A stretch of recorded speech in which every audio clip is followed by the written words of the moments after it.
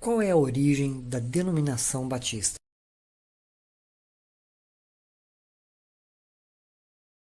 Após a morte e ressurreição de Jesus, a igreja primitiva avançou, cumprindo o ID. A perseguição não impediu que seguissem anunciando o evangelho. O último apóstolo a morrer foi João, aproximadamente no ano 100 d.C. Após isso, a igreja prosseguiu, com base na doutrina dos apóstolos e certamente com lideranças locais. No ano 313 d.C., o imperador Constantino concedeu a liberdade de culto aos cristãos. Isso fez cessar a perseguição aos cristãos. Essa decisão trouxe pacificação social e favoreceu um acontecimento marcante na história da igreja, que se tornaria a religião oficial do império.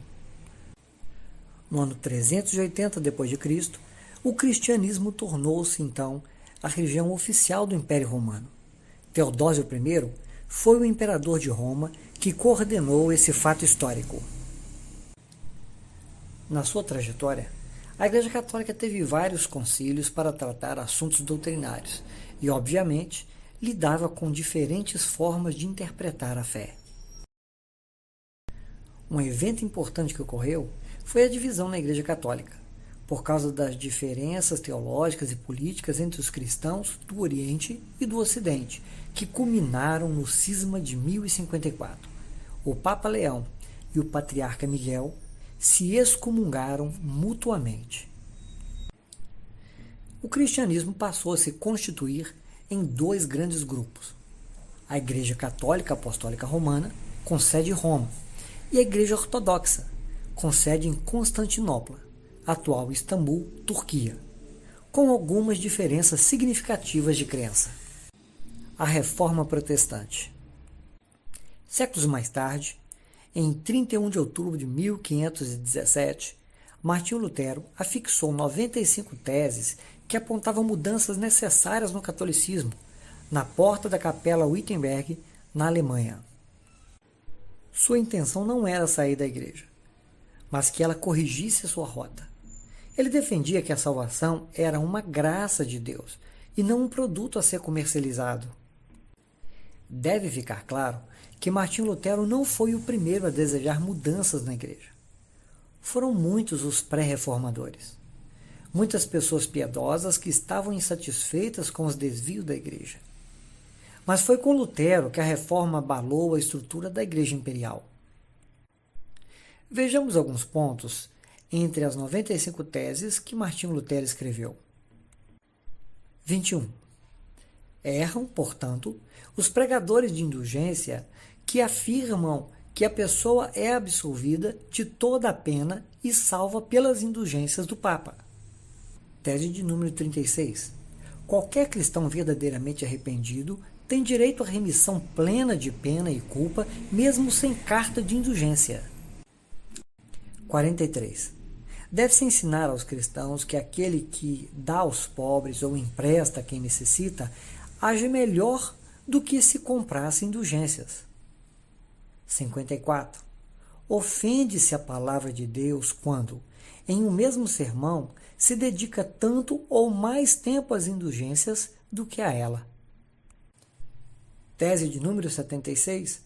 Afirmamos, pelo contrário, que as indulgências papais não podem anular sequer o menor dos pecados veniais no que se refere à sua culpa. Isso causou um problemão, pois não havia disposição na liderança da igreja para cuidar dos interesses do reino de Deus. Martinho Lutero não desistiu de condenar os erros da igreja. Foi julgado e expulso da Igreja Católica pelo Papa João X. E isso causou muitos protestos.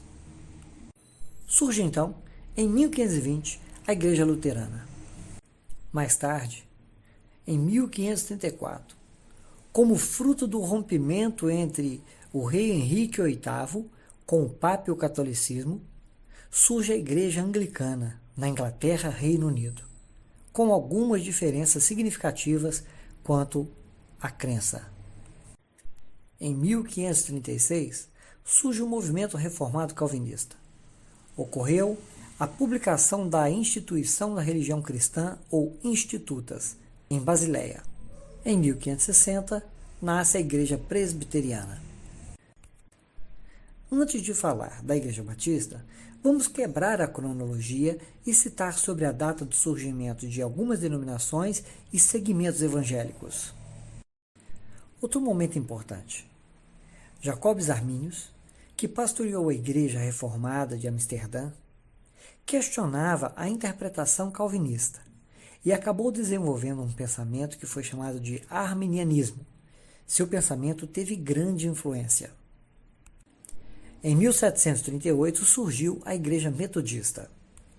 Alguns historiadores comentam sobre manifestações pentecostais anteriores, mas foi a partir do ano 1900 que surgiu o movimento pentecostal e a organização de igrejas pentecostais. Entre os anos 1960 e 1970, surge o movimento e as igrejas neopentecostais. E a Igreja Batista? Existem 3 teorias sobre o surgimento dos batistas. Primeiro, a partir de João Batista. Segundo, a partir dos anabatistas. E terceiro, a partir dos separatistas ingleses. Na primeira opção, afirmam que surgiu com João Batista, que batizava no Rio Jordão, que Jesus foi batizado, chamou os discípulos e a igreja foi iniciada em Jerusalém. A segunda opção entende que os batistas são descendentes de um grupo moderado dos anabatistas do século XVI. Os anabatistas saíram da igreja romana e não se identificaram com os reformadores.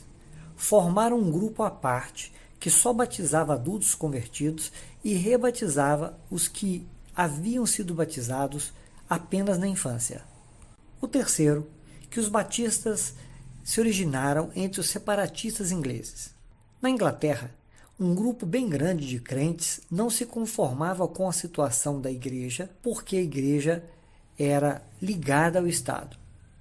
Esse grupo se opunha à igreja anglicana, por isso foi chamado de separatista. Lembra que o rei VIII rompeu o relacionamento com o Papa e com a Igreja Católica? Portanto, a Igreja Anglicana passou a ser a igreja oficial da Inglaterra. Como a Igreja Anglicana perseguia os insubmissos, John Smith, em 1602, emigrou para a Holanda, Amsterdã, com um grupo de pessoas. Como ele achava sem validade o batismo infantil, decidiu ser batizado. Como ninguém quis batizá-lo, ele mesmo se batizou. Portanto, os ingleses John Smith, Thomas Harris, mais 36 pessoas formaram a primeira igreja batista na Holanda, igreja formada por ingleses, no ano de 1608. Em 1611, aproximadamente, Thomas Harris e um grupo de irmãos retornaram para Londres e fundaram a primeira igreja batista da Inglaterra. A igreja de John Smith e Thomas Harris ficou conhecida como Batistas Gerais, pois defendiam que Jesus morreu na cruz para salvar a todos. Em 1633, surgem na Inglaterra os batistas particulares, com Jones Boy. Defendiam que Jesus morreu somente pelos eleitos.